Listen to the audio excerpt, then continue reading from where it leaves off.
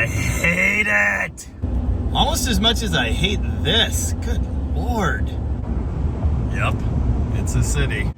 All right, this is kind of awesome, actually.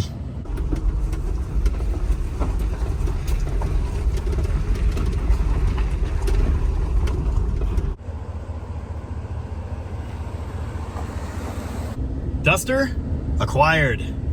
Dang. Mountain. Have I complained about traffic enough yet today? Not sure. Oh, what, that little guy? I wouldn't worry about that little guy. Hi, I'm Jamie. This is Dead Dodge Garage, and this is not a Dodge. It's a Plymouth. Specifically, this delightful root beer flavored example of mid-1970s American automotive excellence is a 1975 Plymouth Duster.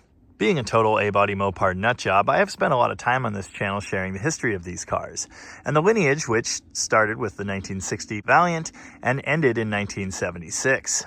An idea I've discussed multiple times is that all of the great design ideas at Chrysler in the 60s seem to have originated with Plymouth. The 60 Valiant, although it wasn't originally a Plymouth, certainly qualifies. There was a Lancer that copied off of that when Dodge Division wanted their own compact car to sell. Then the fastback Barracuda indirectly begat the 66 Charger. The quote from an executive at the time, which may or may not have been verbatim, was, "For the love of God, please don't make it a Barracuda derivative." Here we're looking at two projects I've featured on the channel many times. Dylan's Dart Sport and Dale's Demon. Both of these cars are Duster derivatives. The Duster itself, of course, was a Valiant derivative, designed in-house by Plymouth with very little in the way of financial resources. I, for one, think what they pulled off here was pretty great, and today I want to look at that. It's been quite a while since I featured an actual Duster on the channel, although I did have one as a project car some time back now. I believe the tagline for the first video on that car was, "Saved from the Sawzall," because it was literally going to be cut up as a parts car before I intervened. Here's a general overview of the Duster model. This was only sold as a two-door coupe. It was essentially a sporty, curvy Valiant that was intended to be marketed toward young people. It could be had with some muscle, although the vast majority of them were low-powered examples like this one. I have personally been told at various points in my life that a given Duster I was driving was a nice Nova. And honestly, that's a pretty fair comparison to make. The resemblance between the back ends of the two cars is absolutely undeniable. The roofline is not quite a fastback, but it has a semi-fastback look. There's a haunched quarter panel, although it's a little bit more severe on the Nova. To a Duster enthusiast, everything in this region should look very familiar. The tail panel and bumper configuration, for example, although 70 to 72 Dusters had much cooler taillights than this. The point on the quarter panel is like the same. This shape, the bumper, the angle on the trunk, the fact that there's a dip kind of thing at the edges of the trunk there. And even this center line, which was added to Dusters starting in, I believe, 1971, looks exactly the same. The Duster was a product of what its designers called junkyard styling, which obviously means taking sections of a car that exists already and grafting new pieces onto it. From the cowl forward, the Duster is a Valiant. The cowl panel itself, the fenders, the hood, the grille, the bumper, everything up there, ooh, wind, is Valiant. The doors are also the same, although the door glass is very different. It's curved, and there is no vent window on a Duster. At this angle, you can see not only how curved that side glass is, but how narrow the roof is. The windshield is totally different because it kicks in at the edges to come in to meet that smaller roof. Having owned several cars of this body style over the years and being about 6 feet tall, I can tell you that at certain heights and certain positions, it's pretty easy to whack your head on that roof line. It doesn't seem like much, but consider that the typical roof of a Valiant sedan or a Dart Swinger would be like there. Perhaps looking down at the seat from the roof at this angle will help illustrate this point. It really is very narrow. I mentioned that the door skin is the same as the Valiant. Well, it's the same as a two-door Valiant, obviously. When the Duster arrived in 1970, there were no more two-door Valiants. But it's interesting to note, the door skin is also the same as a two-door Dart Swinger. They all share the same lines down the doors. And that's actually true of not only the 67 to 76 cars, the last generation of A-bodies, but also the early ones. 63 to 66 A-bodies all share the same door skin, and that is why you could do silly things like bolt a 66 Dodge nose onto a 66 Barracuda, and no one knows unless they know. This is exactly how the factory was able to swap Dodge noses onto the Plymouth Duster to create these models. They bolt right on. The body lines are perfect. What you're looking at here is a Duster with a Dodge nose, and that's all it is. Okay, they changed the taillights too. And that is why the wheel well openings do not match from front to back. They don't look like they go together because they don't. Speaking of the back, I suppose we should get there because it's the most important part, obviously. What the designers did here was truly masterful. They took those same body lines off of the door and created this sporty rear section, somehow matching here, but becoming very different in this area. The top character line turns upward and then flips around in a sort of checkmark move, going into a character line in the roof. The second line here continues rearward and bulges upward, creating that muscular look. This lower body line, which angles downward from the front, angles much more steeply right here, again to accentuate that bulged muscle car look. I suppose it should be noted that that lower line on the Valiant was pretty similar, though not exactly the same. This is kind of similar to like a 68 970 Coronet, although the lines aren't chiseled in the same way. That lower line continues rearward behind the wheel well and turns up, while that second line from the top continues rearward and turns down. They meet at a point, creating this panel look. This C-pillar is kind of huge, and it has a curve to it coming back to meet this rear window area. The rear window also has a bit of a Coronet Roadrunner look to it, although it's missing the little kinks in the corners. The look of this rear window and pillar area has always been one of my favorite parts of driving a Duster. My very first actually usable Mopar was a 74 Duster, and I have distinct memories of sitting in the driver's seat, going down the highway, turning around, and looking at all of this. The window shape, the enlarged C-pillar, the back window, and the sloped package tray going up to meet it. I just think it's neat. You don't quite get the same effect in this Duster at present, but we'll get to all of that a bit later. Here's a look at the tail end of the car. Of course, this is a 75. Starting in 73, they had smaller, simpler taillights, just like these. Earlier years would have the cool stripe lights. For 70 and 71, you would have the short dual stripe, and then for 72, you got the super long stripe tail light. The two taillights covered almost the entire tail panel, and they are just the coolest. Of course, cutting costs was Chrysler's favorite thing to do, always, so they simplified these for 73. For 74, they were the same. For 75, they added this trim piece that connects the two lights. I don't love it, but it's fine, I guess. There's that center line I mentioned as seen on the Nova. These were not found on 70 Dusters and at least some 71 Demons. My car certainly doesn't have one. It was added to give some rigidity to the trunk lid because these dented very easily, particularly in this area. Like this. The lighting kind of sucks and everything's dusty, but yeah, Dale's Demon has a couple very obvious dents right there. The other spot you always see them is around the lock on the Duster and Demon design. The differences between a Duster and a Valiant are all visual. The mechanicals are exactly the same. You've got the same wheelbase, you've got the same track width, the same suspension pieces on the basic models at least, the same floor panel, the same inner structure, although the roof of course is different, and so is the trunk stuff. But everything important up here, down here, it's going to be exactly the same. Unlike Valiants, there were performance models of the Duster and the Demon and the Dart Sport, notably the Duster, Demon, Dart Sport 340 or 360 in later years. And these, while sharing most of the same components, would have things like heavy-duty springs, chassis reinforcements in some cases, and high-performance drivetrains. Because the Duster used the Valiant's front clip, that front clip was updated over the years as the Valiant was refreshed. This is a 1975 model. This is the last iteration of the front end that was used on these cars. It's very, very similar to the 1973 and 74s, although the grille is ever so slightly different. Because I happen to own a 1973 Plymouth Scamp, we can get a look at the 73 foregrille right here. Note it has these three horizontal sections and the teeth are a little bit different. The overall shape is the same. Note, of course, the Scamp is kind of a different animal. It's like a Demon but backwards. This is a Valiant clip on a Dart body. Here are those same body lines. Here's that same door skin. Oh, while we're looking at the Scamp, I found something else to add to the Being Cheap file.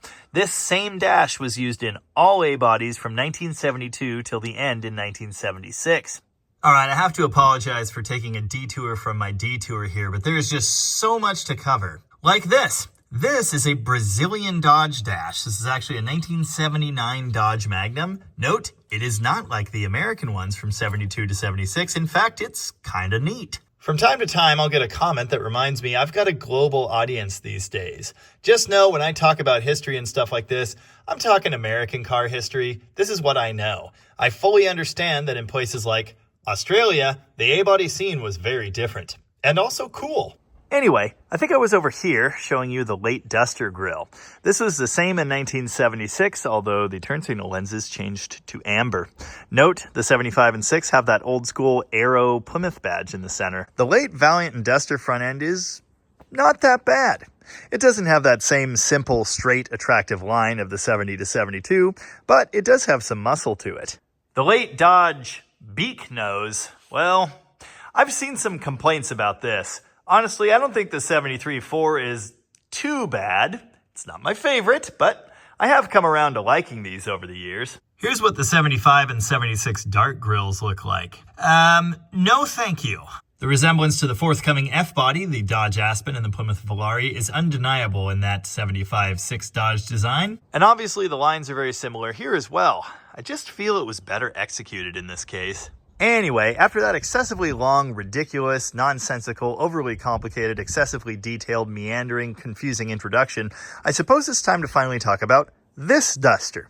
You will notice here on the fender it doesn't say anything exciting like Duster 340 or even Duster 360, or Space Duster or Gold Duster or any of the other zillions of goofy names they stuck on these cars. It does say Duster Custom, and that's a new one for me. As near as I could tell, that custom package got you this rectangular piece of wood trim surrounded by stainless or whatever that is, this fancy horn button, which is very ugly, but does horn, the optional dress-up trim for the dash, which includes this faux wood and this textured, very obvious plastic, which extends from the center here next to the cluster all the way across the glove box door, a map light switch, which does nothing, 3-speed windshield wipers, unless those were standard by 75, and some extra sound deadening on the firewall and floor. Unless that was standard by 75, I don't know. Aside from that, everything appears to be typical low-line, cheapo Duster stuff. And I couldn't find any information at all online about the custom package. It does have a half vinyl top, but those would have been optional in any case. And it also has the fender-mounted turn signal indicators. Those two were pretty typical to see. Beltline molding? Lots of cars have that. This Duster was recently purchased by my friend and former neighbor Ellen. Her first car was a similarly brown 1974 Duster, or maybe it was a 73, I don't know, it's not that important. Good thing it's not important because it's actually a 76. She had a long and interesting history with that first Duster in the 1990s before it was eventually sold. Through a crazy series of events, it was actually found by her brother in a field in California, and it's now sitting right here. The plan was always to get this one on the road. Well, I'm going to do that, but for different reasons, and we'll definitely be talking about that later. You can think of this car as the spiritual successor to Ellen's first Duster. She found this online in Seattle, Washington, and as you saw in the introduction, I went and picked it up for her. Now, I don't know a whole lot about the history of this car. It's very easy to tell right away that it has been well maintained for its entire life. There are some areas of touch-up, which you can see in certain lighting better than others. There are little dings, dents, scratches, and things of that nature. But in general, this car is very nice. In talking with the seller when I picked the car up, he informed me that he had inherited this car from his dad. He'd had it for the last 8 years, and though he drove it occasionally, it really hasn't done very many miles at all. Right away, you'll have noticed the missing carpet in the front of the car. This is because of a leak from the windshield. And though this car spent most of its time under previous ownership inside, it was parked outside for a time and it got rained on a bit. That carpet ended up soaked and stained. And apparently, when it then warmed up, that water started evaporating, creating a sauna-type situation inside this car. And that's what separated the layers of the headliner. Or so I'm told. All late A-bodies used this upholstered fiberboard type headliner instead of the old school cloth on bows. Had to think about that a bit. 4-doors actually still use the old style, I think. As you can see, the layers of this one have separated, and it's that upholstery that's sagging down and hitting my head every time I get in. I do like the sticks holding it up in the back. That's a nice touch. The seat upholstery is original, and as is pretty typical of these cars, the driver's seat shows some excessive wear. Now actually, it's not all torn up like some seats are, but the stitching has started to come apart. So most of the material is still here, and attempts to tape it back together have been relatively unsuccessful. That's what the blankie's for. The headrest has come apart here as well. A little bit of duct tape in that area.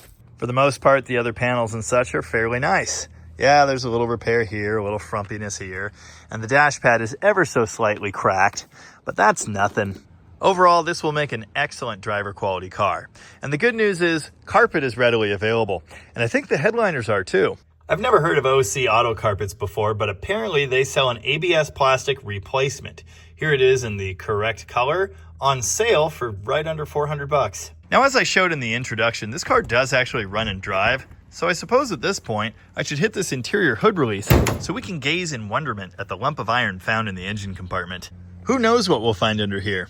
Maybe it's a 340, maybe it's a blown big block, or it's a 225/6. And I'm having flashbacks again to my first daily driver Mopar, my second daily driver Mopar, my third daily driver Mopar, the two Mopars I had before I could drive. Yeah, all of this looks very familiar to me.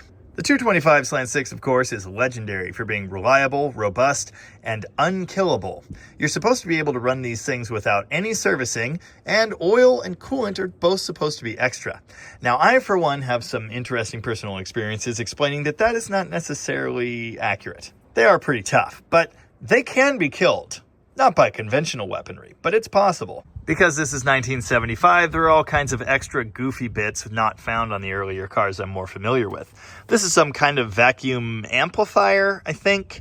Here's some funky solenoid, also vacuum with some wires going to it. There are extra hoses going everywhere. There's a thermo switch in the radiator. There's a thermo switch here.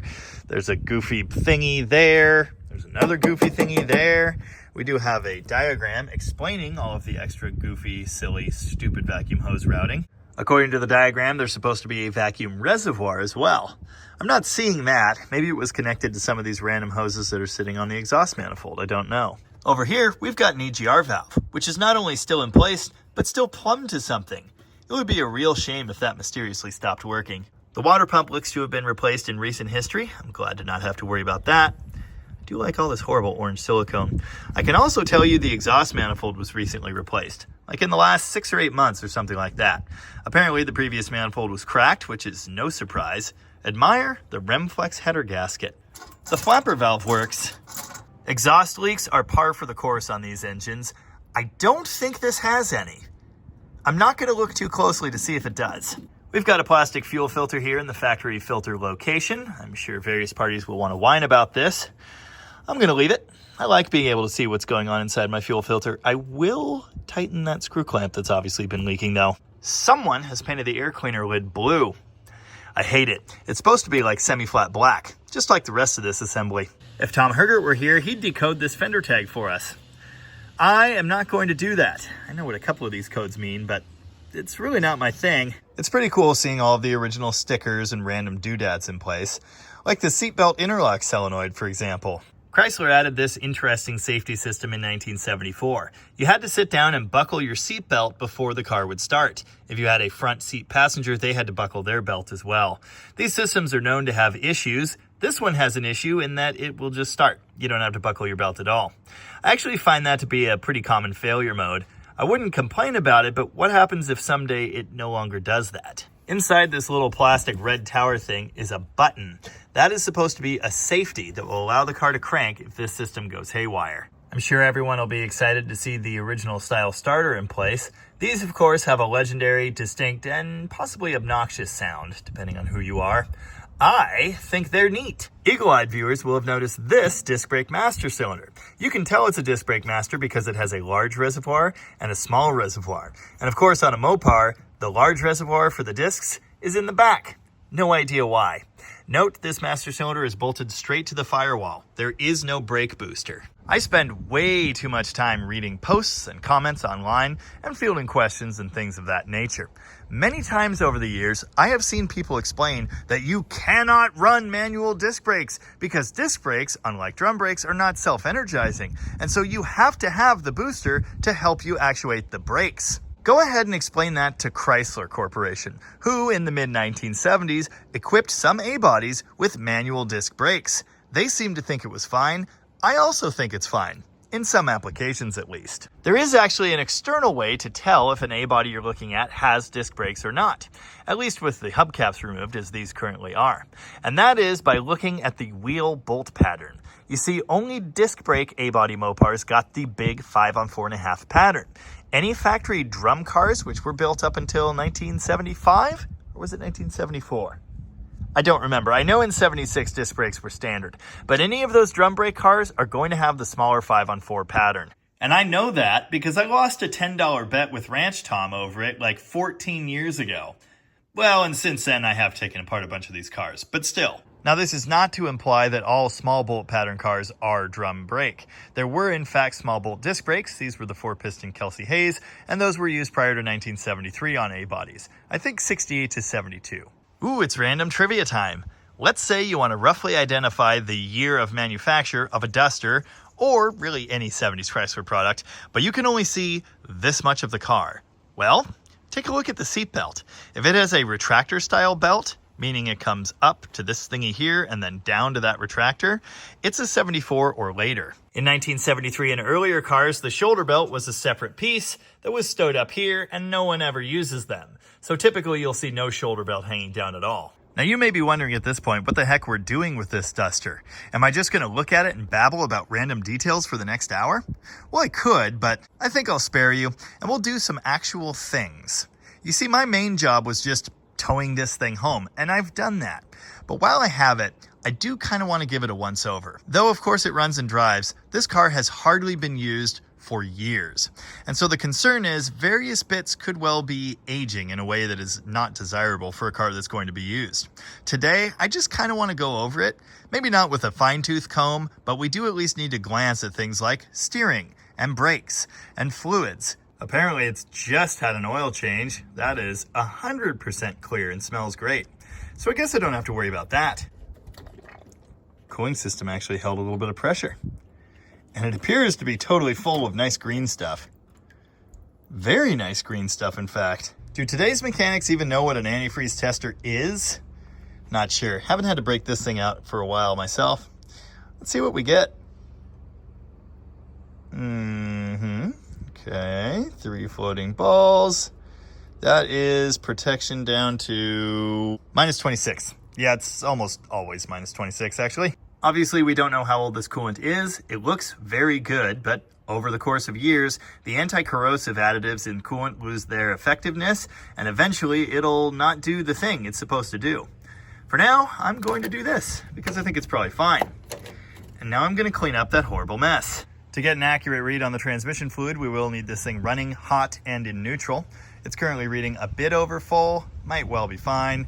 Fluid looks really good, and it smells decent. I said it was obvious this car has been maintained, and I mean it. Look at this. The steering has even been greased. Who among us is actually still doing that? The V-belts are definitely on the older side, and I know that because the alternator water pump belt says Made in USA on it. They aren't totally horribly dry rotted, but they are getting there. So I'm going to say belt replacement is a good idea. That's a 2-year-old Interstate battery. You can tell it's from Costco by the way it's black, and it says Costco on it. We'll probably get a couple more years of faithful service out of this. It's even got a hold down. It actually worked. Brake fluid. Yeah, a little murky. Totally full-ish. I'm good with it. Of course it dripped on the exhaust. That'll smell delightful. We've got 4 shiny new tires on here. When I say shiny new, I mean low miles, hardly any use. They actually have a 2017 date code, which means in a couple years here, it's going to be time to get rid of them.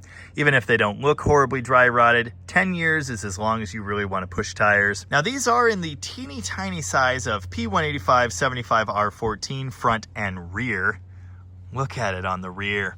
You could fit like 2 of those tires side by side with no problems. I don't know if this is actually the factory tire size or if the 75 would have still had a bias ply tire in a similar size. This thing actually doesn't have the tire information sticker in the door jamb, so I'm just not sure. We can't look at much else on this car without putting it on the lift, so I guess it's time to do that. Yep, I hit my head.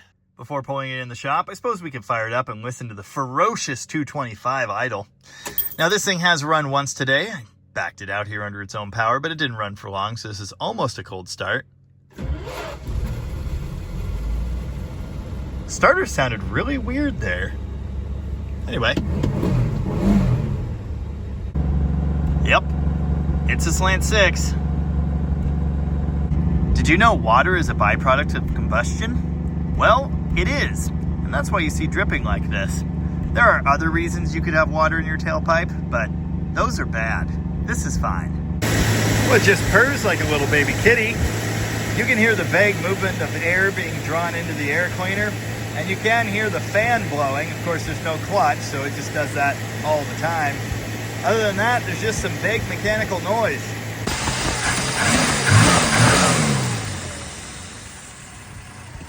Toward the end of its lifespan, the 225 Slant 6 received hydraulic lifters. This smoothed things out and removed the need to adjust the valves from time to time. The 75 engine should still have solids and adjustable rocker arms. I don't hear any valve noise here, which makes me think most likely the valves have been adjusted at some point in recent miles. The nice clean valve cover lends credence to that idea. I, for one, am looking forward to test driving this thing and experiencing the raw power of the smog era Slant 6. Now, as you can probably tell, this thing actually runs pretty nicely. It idles smoothly, and although the previous owner did advise that I should warm it up before trying to drive it, which I have found to be the case, it's pretty happy. Now, that's probably because it's got a Holley 1945 carburetor under the hood and not the earlier 1920. The earlier 1920 is horrible, and I hate them, with good reason. In fact, I have a tendency to smash those stupid things with a hammer. I forgot I accidentally wore the right shirt today. Also, my phone died. So it's quite a while later, but the Duster's in the air, so here's our first look underneath. Right away, I'm noticing some oil. I don't think that'll come as a surprise to anyone. Certainly not my shop floor. To be thorough, I did check the oil drain plug. Nope, it's tight.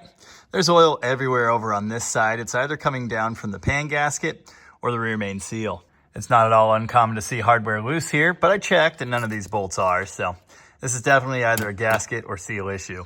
Transmission might be seeping a little bit. This too would come as no surprise. Someone has been here before. The plastic zip ties definitely aren't factory equipment. Aha! The transmission has been overhauled. Easy way to tell that, this gasket between the main body and the tail housing is sticking out on the one side. You can see it says Trans Tech on it or something like that. A factory transmission would not have that feature. As far as I can tell, all the factory hardware and little bits ended up right back where they belong, so that's good. You can see here there's undercoating peeling off of the driver's floor. I saw a couple small holes up there. Overall, though, it's pretty good. 1975 was the first year for catalytic converters in these cars. They actually changed the shape of the floor to accommodate this and added a heat shield, which you can see up there. I think this is the factory cat still in place. I'm not sure why there's a random plug sticking out of it here, but there it is. There's an extra exhaust mount earlier cars don't have, which comes off of this tab attached to the transmission mount. I could be wrong, but I think this is a complete original exhaust system. The muffler definitely says made in the USA on it anyway. Maybe it's been replaced, but I really doubt it. That's a factory mount too. Back here at the 7 1/4 differential, I have noticed a bit of seepage around this fill plug.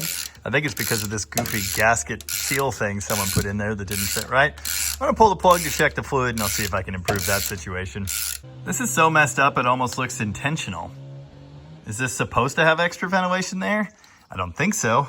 There's a vent built into the housing over here on this axle tube. And as you can see, this just kind of leaks. I think I'll replace that with some kind of flat seal. As you can see in there, it is pretty much full of gear oil. It looks as good as it should and smells as good as gear oil can. I considered an O-ring, but with nothing there to capture it, it just kind of pushes out of the side. Then I found this random plastic drain plug seal. That should do the trick. Sure. I've checked bearings, brakes, steering, the rear diff, U-joints, everything. I can't find anything to worry about on this car. Well, all right, there is one thing. Here we're looking at one of the lower control arm bushings. These things do tend to dry rot and start to disintegrate. At some point soon, we may need to address this. For now, there's enough bushing there still to do the job. On a long enough timeline, the survival rate for every single piece of rubber on your car drops to 0.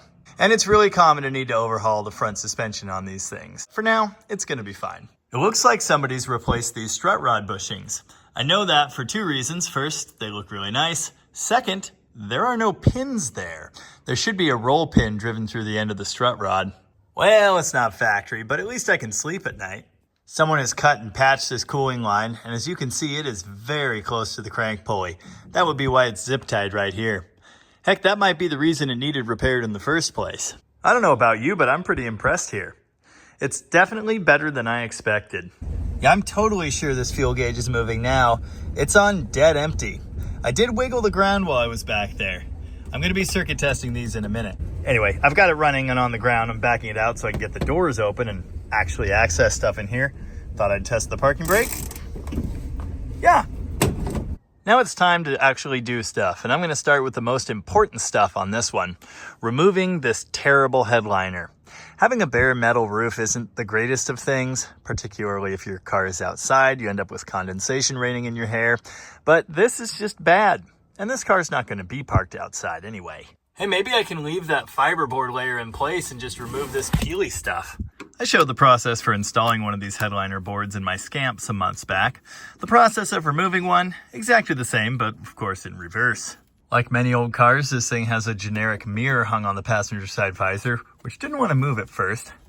I did get it operating finally. There's also a pen back here. This is kind of cool. That must be a factory installed clip that helped hold this thing in place while the other pieces were installed. Yeah. Of course, it's not separated everywhere.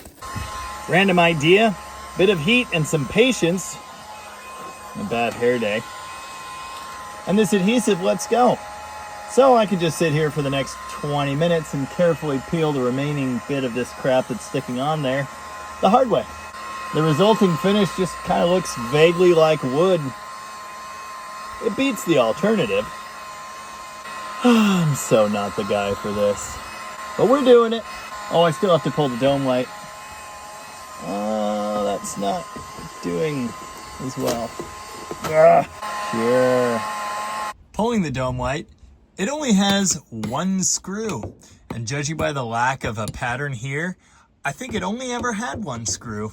Years from now, I'm sure we'll find out that the adhesive they used in these things causes mesothelioma or cancer or whatever. It's a little while later, and it looks like this with all the stuff put back in. It's not sticky, which I was a little worried about. Yeah, there's a color difference where the stuff was still stuck compared to where it had come off naturally, but I don't care. Again, this is kind of better than bare metal, and that's about it. It's got a dip here in the middle. That's normal for these things. It's glorified cardboard. It doesn't exactly age gracefully. Oh, the dome light needs a bulb. I don't have one on hand, or I would have fixed that. This has reminded me the low beams don't work, and I'm pretty sure that's a dimmer switch problem. There, the headlights are on, and there's nothing, and then if I do this, well, the high beams come on, but then the low beams go out. Usually what I do is sit here and stomp the pedal until it magically starts working again, but this one sticks down to the floor, so I may need to involve some magic spray.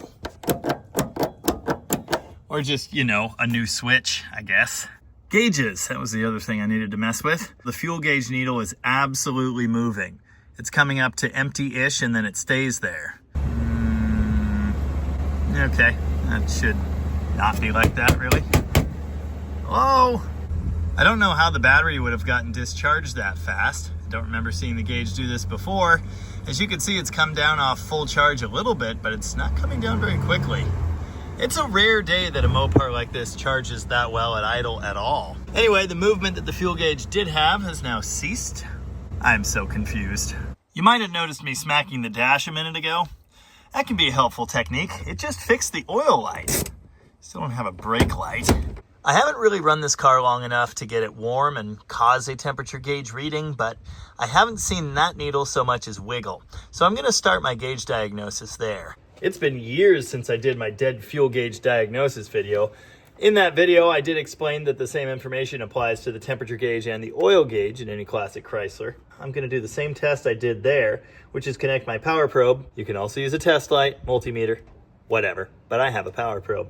Putting this here, we should currently see with the key on a fluctuating voltage reading. It should be flashing 12 volts, 0 volts, 12 volts, 0 volts.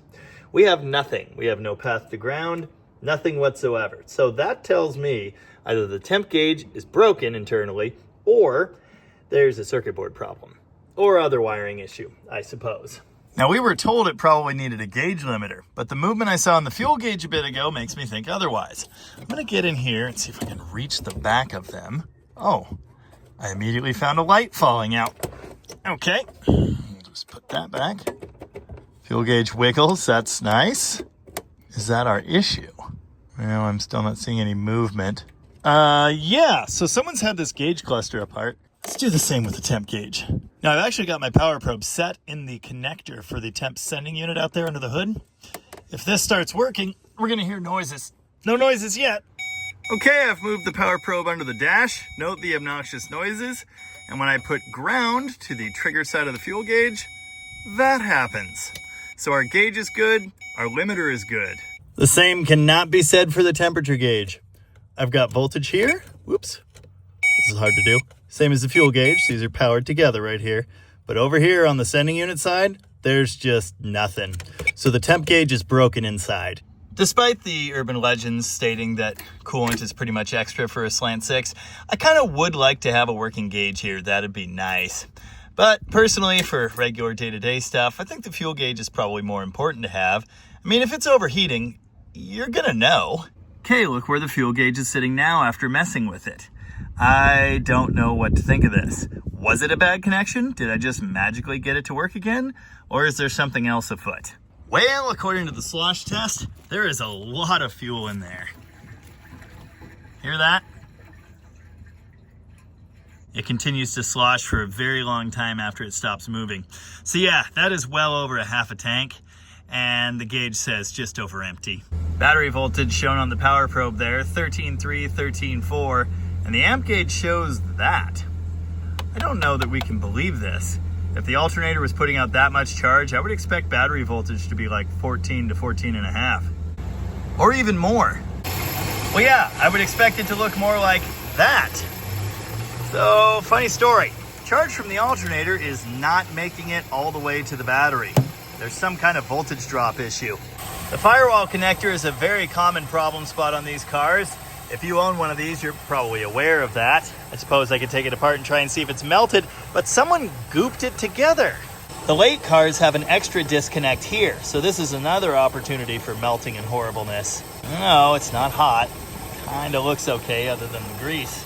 These late cars are just full of strange voodoo weirdness. This thing has two fusible links, one right there and one right there.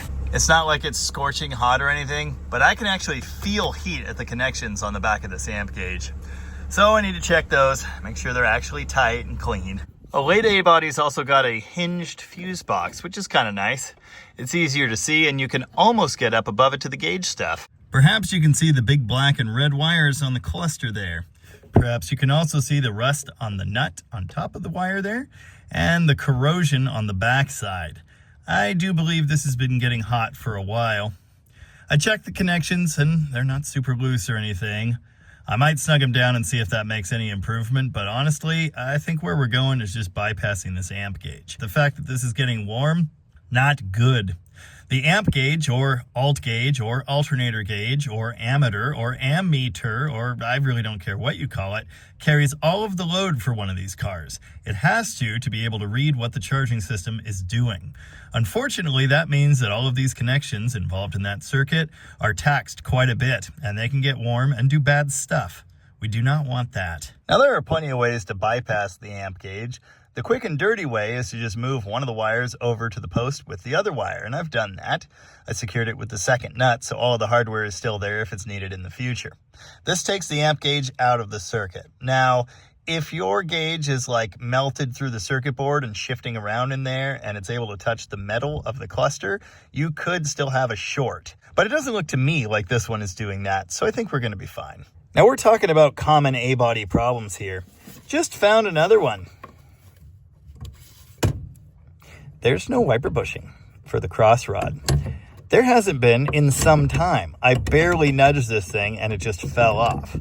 This one's still there and kind of sort of holding together. If you did a good job bypassing your amp gauge, this will not result in giant sparks or flame. And the key will still do things, which it does, but I guess I killed the oil light again. Fuel gauge is still wiggling. This gauge is no longer doing anything. Unfortunately, that was not our only issue. We've still got a voltage drop with 15 or so here at the alternator charging post and 13 and change over at battery positive.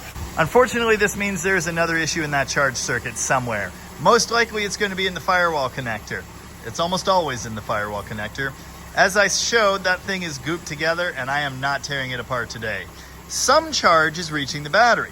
We can tell by the voltage reading we're seeing there. But I'll tell you for sure the alternator is working way harder than it should be, producing a bunch of extra heat in various places. Over time, this situation will probably cook that alternator and some of the charge circuit wiring. Unfortunately, I do not have time to get into any of that today. It's just gonna have to be all right for now. I haven't fully restored this car or anything, but I have at least checked all the things I wanted to check. I've established some repairs for the future and I've knocked a couple things off of the list. So for now, I'd like to answer the big question that's on all of our minds. What's it like to drive a fully 100% stock 1975 Plymouth Duster with a slant 6? Let's find out. Sometimes these retractors get a little grumpy. Every time I get in a slant 6 car like this, I'm instantly transported back to like age 18, 19 when I had a bunch of them. I've always enjoyed these things for what they are. Cheap, fun, semi-reliable transportation. And I say semi-reliable because, you know, ignition boxes, distributor pickups, voltage regulators, etc. are common issues.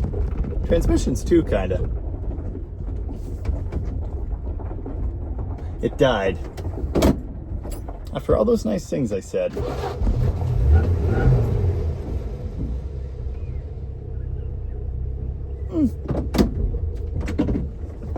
Sometimes the idle is just super low. Usually it's fine. Let's see if going over a few bumps magically fixes the fuel gauge. I'm not expecting much. Ooh, I just remembered there's no license plate on this car. All right, we're not going far. Blinker, good. Unlimited power. My foot is in the firewall. All right. Oh, that's something. I mean, it's faster than Perky. What more do you want? Really? Right here? With the nursing? Come on, guy. I scared the poop out of him. I hear a little bit of road noise in the front. Doesn't quite sound like bad wheel bearing. Maybe it's brakes. They were moving freely, but they grabbed a little bit. One might describe the performance of this car as glacial.